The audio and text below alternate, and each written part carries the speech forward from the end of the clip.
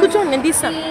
భగవద్గీతా భగవద్విభూతియోగః అష్టమ శ్లోకః శ్రీ భగవానువాచ అహం సర్వస్య ప్రభవో మత్తః సర్వం ప్రవర్తతే ఇది మత్వా భజంతే మాం ఉదాభావ సమన్వితాః.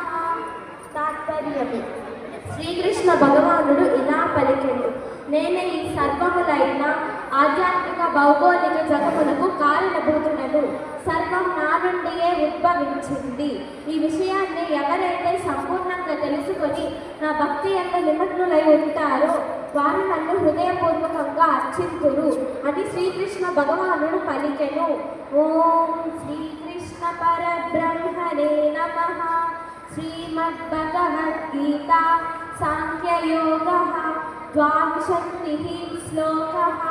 శ్రీభగవానువాచ వాసాంసి జీర్ణాని యదా విహాయ నవాని గృహ్ణాతి నరోపరాణి తదా శరీరాన్ని విహాయ జీర్ణాని అన్యాని సంయాతి నవాని దేహి.